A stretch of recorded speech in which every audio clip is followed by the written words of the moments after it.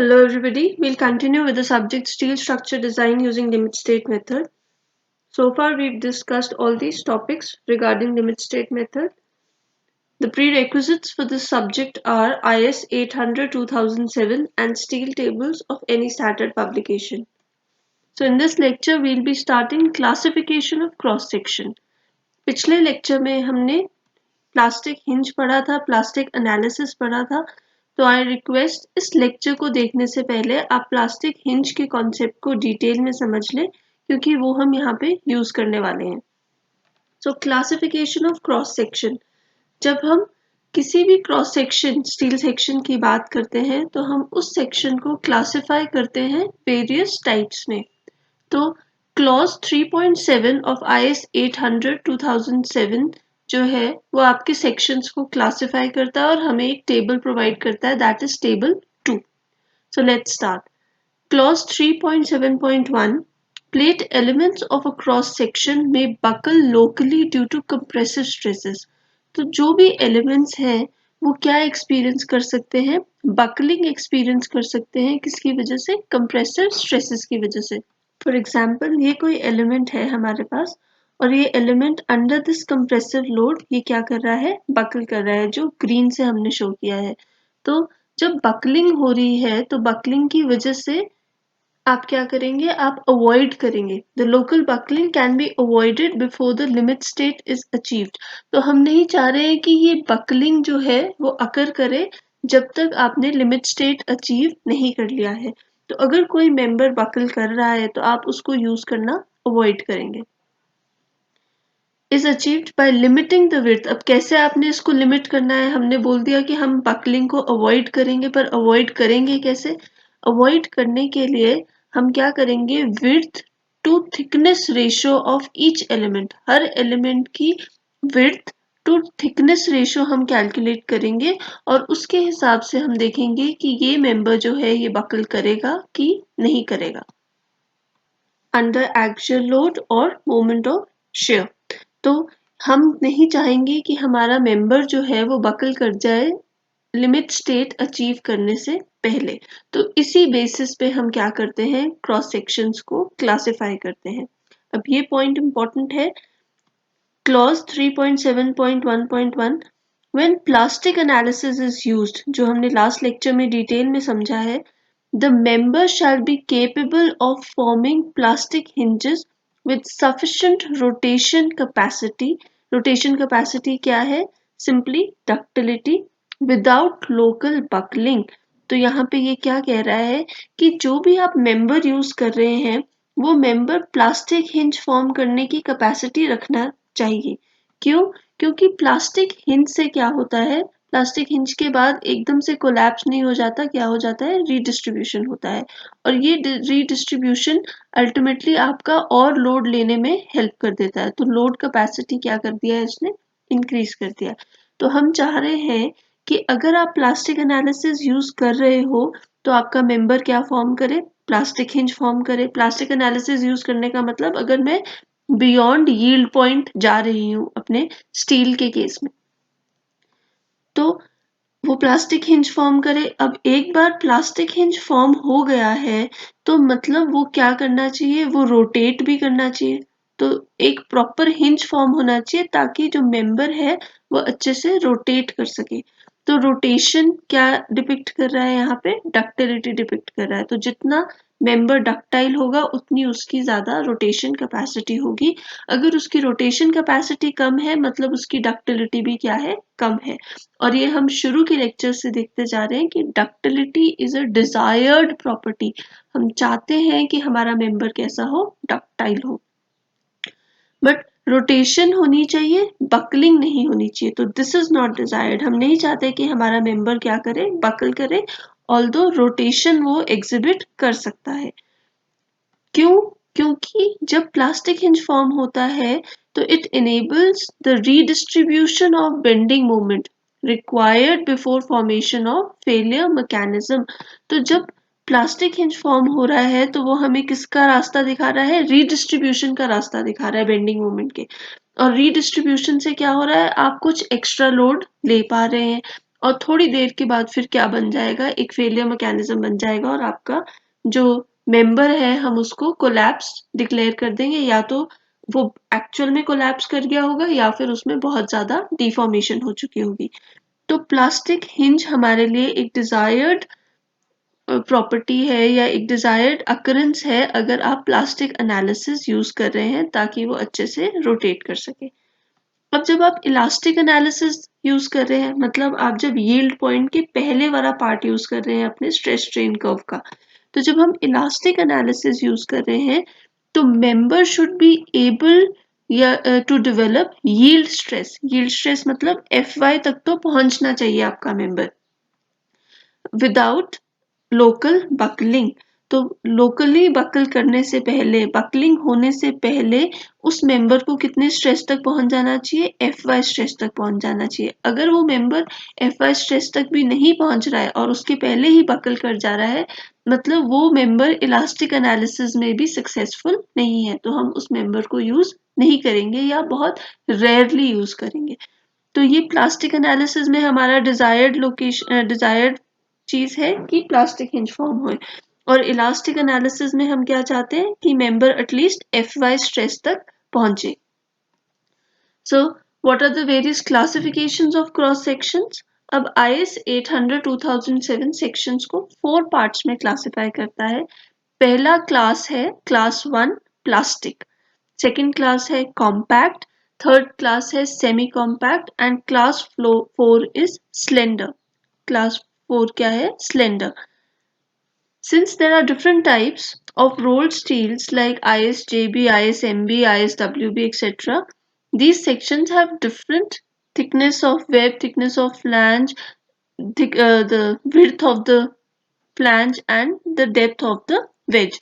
तो ये सारी वेब, ये सारी चीजें क्या है, हर सेक्शन के लिए डिफरेंट होंगी। इसीलिए हर सेक्शन क्या करता है, डिफरेंट कैटेगरीज में फॉल करता है। कैसे फॉल करता है वो हम टेबल 2 में देखेंगे इन अ वाइल। सो आपको जब भी किसी सेक्शन को आप क्लासिफाई करना चाह रहे हैं तो आपको उसका depth of web, width of flange, thickness of flange and thickness of web पता होना चाहिए, जो हमें कौन देगा, स्टील टेबल्स देंगे। तो ये इंफॉर्मेशन हम कहाँ से ले सकते हैं, स्टील टेबल से ले सकते हैं।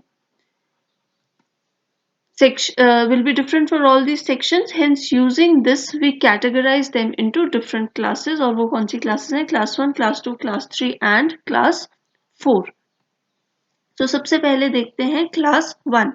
अब क्लॉज 3.72 जो है वो हमें इन सारी क्लासेस, इन चारों क्लासेस को डिटेल में एक्सप्लेन कर रहा है कि ये क्या क्लासेस हैं। तो सबसे पहले तो आपको पता होना चाहिए कि जो क्रॉस सेक्शंस हैं वो कितनी क्लासेस में क्लासिफाई की गई हैं, 4 क्लासेस में। तो ये भी एक MCQ क्वेश्चन बनता है। सबसे पहली क्लास है आपकी क्लास 1, जिसको हम प्लास्टिक भी बोल सकते हैं। सो बोलता है code, cross sections which can develop plastic hinges and have the rotation capacity required for failure of the structure by formation of plastic mechanism। तो प्लास्टिक, अगर आपको किसी क्लास को, किसी मेंबर को प्लास्टिक क्लासिफाई करना है तो वो क्या डेवलप करना चाहिए, पहली कंडीशन है कि वो क्या करना चाहिए, प्लास्टिक हिंज बना देना चाहिए। दूसरी कंडीशन है कि उसकी रोटेशन कैपेसिटी क्या होनी चाहिए, अच्छी होनी चाहिए, मतलब कैसा मटेरियल होना चाहिए, डक्टाइल मटेरियल होना चाहिए। और फिर उसके बाद चाहे फेलियर मैकेनिज्म वो डेवलप करे, जैसे हमने कोलैप्स मैकेनिज्म देखा था। थर्ड प्रॉपर्टी क्या है, जो विड्थ टू थिकनेस रेशियो है, जिस भी एलिमेंट की आप बात कर रहे हैं, वो किसको कंफर्म करनी चाहिए, क्लास 1 ऑफ टेबल 2। तो टेबल 2 हम देखेंगे और उसमें एक आपको रेशियो दे रखी है, विड्थ टू थिकनेस रेशियो। अगर वो मेंबर आपका इस विड्थ टू थिकनेस रेशियो में फॉल कर रहा है जो क्लास 1 के लिए दी गई है, तो हम उसको किस में क्लासिफाई कर देंगे, प्लास्टिक्स में क्लासिफाई कर देंगे। कुछ एडिशनल पॉइंट्स प्लास्टिक क्लास के क्या हैं कि only these sections are used in plastic analysis and design। तो अगर आप प्लास्टिक एनालिसिस कर रहे हैं तो आप कौन सा सेक्शन यूज कर सकते हैं, सिर्फ वो सेक्शन यूज कर सकते हैं जो प्लास्टिक क्लास में फॉल कर रहा है। अब एक और प्रॉपर्टी जो इनको एग्जिबिट करनी है कि इन्हें फुल प्लास्टिक मोमेंट, MP जो हमने प्लास्टिक मोमेंट देखा था, यहां तक ये अटेन करना चाहिए इनको मोमेंट कैपेसिटी। नेक्स्ट है इनको कहाँ यूज करते हैं हम? इनडिटर्मिनेट फ्रेम्स में ही यूज करते हैं, और जहाँ पे आप प्लास्टिक कोलैप्स मैकेनिज्म फॉर्म कर सकें। तो इनका यूज कहाँ पे है, ये इंपॉर्टेंट है। प्लास्टिक क्लास को आप कहाँ यूज करते हैं? इनडिटर्मिनेट फ्रेम्स में। And last is that the stress distribution for these sections is rectangular। तो stress distribution कैसा होना चाहिए? rectangular। ये rectangular हम क्यों बोल रहे हैं? क्योंकि हमने लास्ट लेक्चर में देखा था, जब भी हमारे पास कोई मेंबर है जिसको हम प्लास्टिक क्लास, जिसको प्लास्टिक एनालिसिस कर रहे हैं और लास्ट स्टेज 4 पे पहुंच जा रहा है, तो उसका स्ट्रेस डिस्ट्रीब्यूशन कुछ इस तरीके से होता है। हर पॉइंट किस स्ट्रेस पे पहुंच गया होता है? एफ वाई स्ट्रेस पे पहुंच गया होता है। और हमने बोला था कि एम पी उस केस में हम कैसे कैलकुलेट करते हैं? F Y into Z P. Z is the plastic section modulus यहाँ पे। तो अब आप देख सकते हैं ये स्ट्रेस डिस्ट्रीब्यूशन है, और ये स्ट्रेस डिस्ट्रीब्यूशन कैसी है? रेक्टेंगुलर है। तो वो बोल रहा है जो भी प्लास्टिक क्लास में सेक्शन फॉल कर रहा है उसकी स्ट्रेस डिस्ट्रीब्यूशन कैसी होनी चाहिए? रेक्टेंगुलर होनी चाहिए। मतलब वो कौन से स्टेज में होना चाहिए? स्टेज 4, जो हमने लास्ट क्लास में डिस्कस किया था। नेक्स्ट हमारे पास क्लास आती है क्लास 2 और compact. Cross sections which can develop plastic moment of resistance but have inadequate plastic hinge rotation capacity for formation of plastic mechanism। अब यहाँ पे क्या हो रहा है? प्लास्टिक मोमेंट तो ये डेवलप कर रहे हैं, तो यहाँ पे भी कौन सा मोमेंट आ जाएगा? MP आ जाएगा। तो ये प्लास्टिक मोमेंट भी कर रहे हैं, प्लास्टिक हिंज भी फॉर्म कर रहे हैं, पर प्रॉब्लम क्या है कि इनकी जो रोटेशन कैपेसिटी है, मतलब जो डक्टिलिटी है, वो एडिक्वेट नहीं है। वो कैसी है rotation capacity? Rotation capacity inadequate है।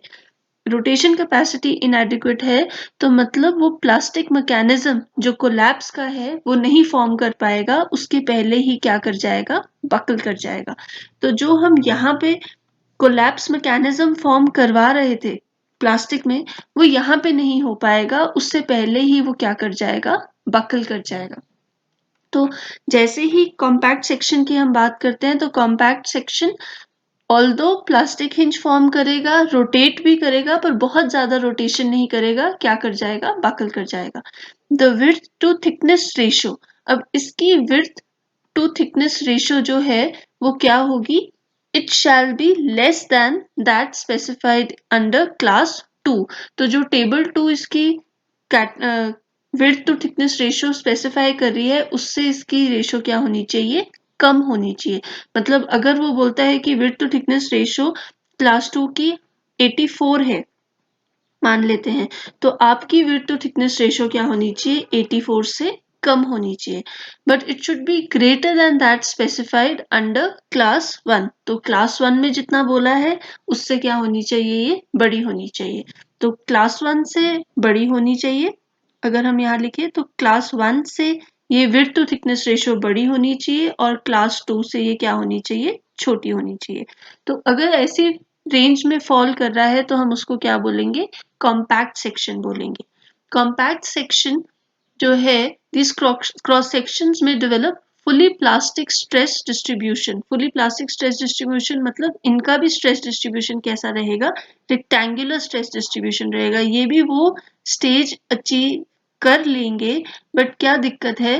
दिक्कत ये है कि इनके पास एडिक्वेट डक्टिलिटी नहीं है। एडिक्वेट डक्टिलिटी नहीं है, इसलिए ये एडिक्वेट रोटेशन नहीं एग्जिबिट कर पा रहे हैं। इनको हम कहाँ यूज करते हैं? स्ट्रक्चरल एलिमेंट्स में। They can be use for all the structural elements.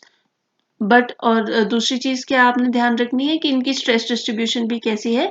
Rectangular है, और ये क्या कर जाते हैं? बकल कर जाते हैं फेलियर मैकेनिज्म से पहले।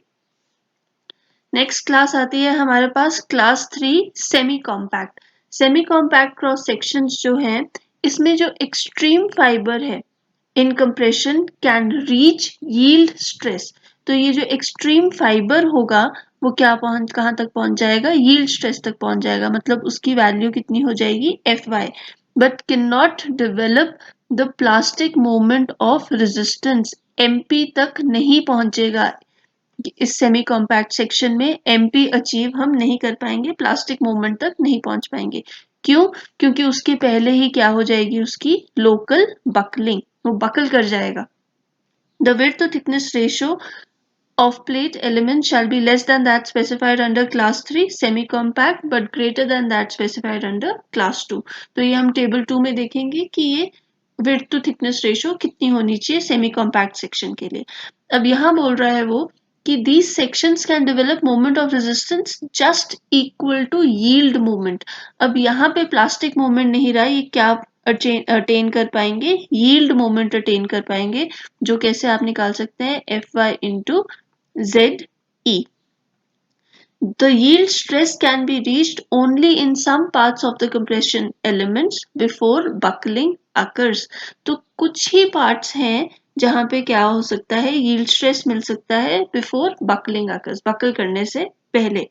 It is not capable of reaching a fully plastic stress distribution।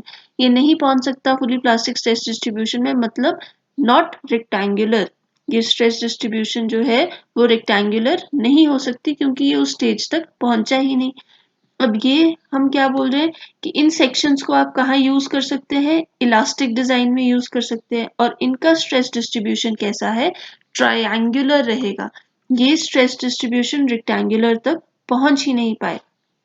तो अगर हम देखें तो इनका स्ट्रेस डिस्ट्रीब्यूशन कुछ इस तरीके से होगा, ट्रायंगुलर।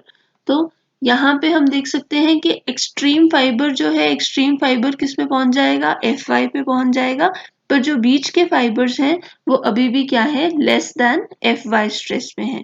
इसीलिए हम इसको कहाँ यूज कर रहे हैं? इलास्टिक डिजाइन में यूज कर रहे हैं। और स्ट्रेस डिस्ट्रीब्यूशन कैसी है? ट्रायंगुलर है, और यील्ड मोमेंट ही ये पहुंच पाएंगे, यील्ड मोमेंट तक ही ये पहुंच पाएंगे मैक्सिमम। नेक्स्ट क्लास आती है क्लास 4, जिसे बोला जाता है स्लेंडर। तो स्लेंडर सेक्शंस क्या है? The cross section in which the elements buckle locally even before reaching yield stress. तो यहाँ पे एलिमेंट्स जो है वो लोकली बकल कर जाएंगे बिना यील्ड स्ट्रेस पहुंचे। तो मतलब जो इधर स्ट्रेस होगा वो किससे कम होगा? यील्ड स्ट्रेस से कम होगा। स्टेज 1 की बात हो रही है यहाँ पे। The width to thickness ratio of plate element shall be greater than that specified under class 3। अब जो टेबल 2 है वो क्लास 4 को डिस्क्राइब ही नहीं कर रहा है, और वो क्या बोलता है कि अगर जो width to thickness ratio है वो बड़ी है क्लास 3 से, तो उसको आप किस में क्लासिफाई कर दोगे? क्लास 4 में क्लासिफाई कर दोगे। In such cases, the effective sections for design shall be calculated either by following the provisions of IS 801 to account for the post-buckling strength, or by deducting width of the compression plate element in excess of the semi-compact section limit। तो यहाँ पे आपको दे रखा है कि आप IS 801 को follow करें जब आपको स्लेंडर सेक्शंस यूज करने हैं। अब यहाँ पे the component elements buckle at moment less than My, क्योंकि स्ट्रेस जो है वो Fy से कम है, तो मोमेंट भी किससे कम रहेगा? मोमेंट भी My से कम रहेगा। तो आप इसको सिंपली बोल सकते हैं F इंटू ZE। अगर मैं इसका स्ट्रेस डिस्ट्रीब्यूशन डायग्राम बनाऊं तो ये स्टेज 1 के कॉरस्पॉन्डिंग है, जहां पे जो आपका स्ट्रेस है वो Fy से भी क्या है? कम है। So this stress is less than Fy। तो स्टेज 1 पे है ये, और मोमेंट भी क्या होगा? My से कम होगा। जैसे ही ये कुछ स्ट्रेस लेता है, F स्ट्रेस तक पहुंचता है, ये अल्टीमेटली क्या कर जाएगा? बकल कर जाएगा। इसीलिए इस सेक्शन का नाम, इस क्लास का नाम क्या है? Slender. When different elements of a cross section fall under different classes, the section shall be classified as governed by the most critical element। अब इसका क्या मतलब है? मान लीजिए कि आप आई सेक्शन की बात कर रहे हैं। हम जब देखेंगे टेबल 2 में तो हम फ्लैंज को अलग चेक करते हैं, फ्लैंजेस को अलग चेक करेंगे और वेब को अलग चेक करेंगे। मान लीजिए कि दोनों सेक्शन, दोनों एलिमेंट्स, फ्लैंजेस क्लास 1 में आ गए और वेब क्लास 2 में आ गया, तो वो क्या कह रहा है? when different elements of a cross section, elements क्या है? फ्लैंजेस और web, fall under different classes। जैसे यहाँ पे मैंने बोला कि फ्लैंजेस क्लास 1 में है और वेब क्लास 2 में है. The section shall be classified as governed by the most critical element. जो मोस्ट क्रिटिकल एलिमेंट होगा उसके बेसिस पे हम इसको क्लासिफाई करेंगे. The maximum value of limiting width to thickness ratios of elements of different classes are given in table 2. तो देखते हैं table 2 क्या है. This is our table 2 जो classes 3.7.2, clauses 3.7.2 and clause 3.7.4 को confirm कर रहा है. Limiting width to thickness ratio. ये टेबल हमारे लिए बहुत इम्पोर्टेंट है क्योंकि जब हम बीम्स डिजाइन करेंगे तो हम इस सेक्शन पे, इस टेबल पे वापस आएंगे और देखेंगे कि हमारा जो मेंबर है जो हमने सिलेक्ट किया है वो कौन सी क्लास में फॉल कर रहा है. तो फॉर एग्जांपल अगर हम आई सेक्शन की बात करते हैं या किसी भी सेक्शन की बात करते हैं तो देखिए outstanding element of compression flange. तो outstanding element of compression flange या तो वो रोल्ड सेक्शन हो सकता है या फिर वो वेल्डेड सेक्शन हो सकता है. वेल्डेड सेक्शन क्या है?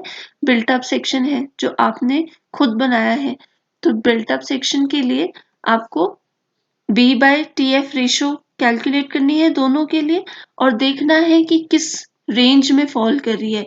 अगर 9.4 अपसाइलम की वैल्यू कितनी है? Epsilon is under the root of 250/FY. तो ये हम पहले भी कर चुके हैं जब हम एज डिस्टेंस निकाल रहे थे. तो ये वही अपसाइलम है. तो 9.4 अपसाइलम. अगर इससे कम है आपकी वैल्यू तो मतलब आप किस में फॉल कर रहे हैं? प्लास्टिक क्लास में फॉल कर रहे हैं.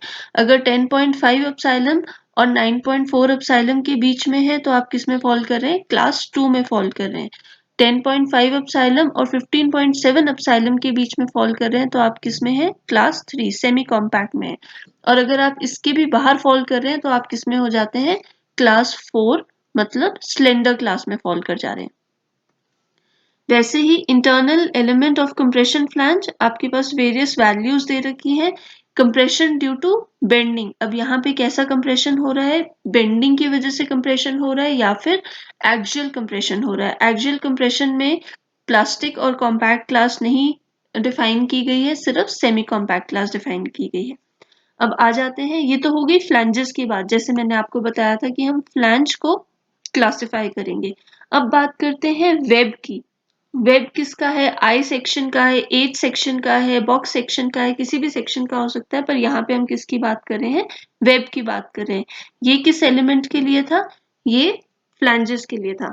तो वेब में वो बोलता है कि आप ये सब चेक कीजिए.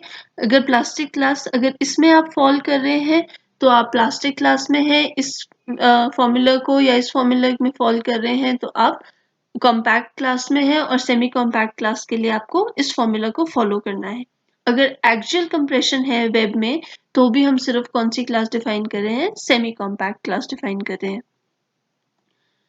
सो अब ये कंटिन्यू करता जा रहा है. यहाँ पे जो वेब था वो सिर्फ आई सेक्शन, एज सेक्शन और बॉक्स सेक्शन का था.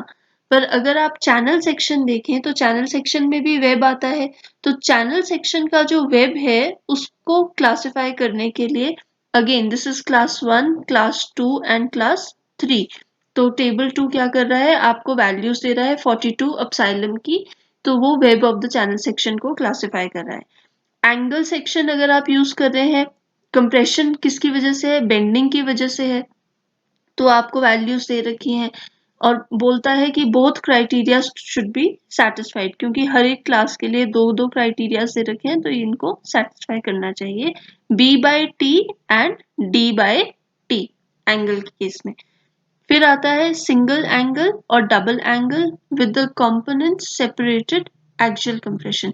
तो ये जो डिफरेंट क्लास डेफिनेशंस है, एलिमेंट्स है, ये जैसे जैसे हम कोर्स में आगे बढ़ते जाएंगे हमें समझ आता रहेगा कि हम सिंगल एंगल क्या हुआ, डबल एंगल क्या हुआ, और उसके हिसाब से आप क्लासिफिकेशन कर सकते हैं.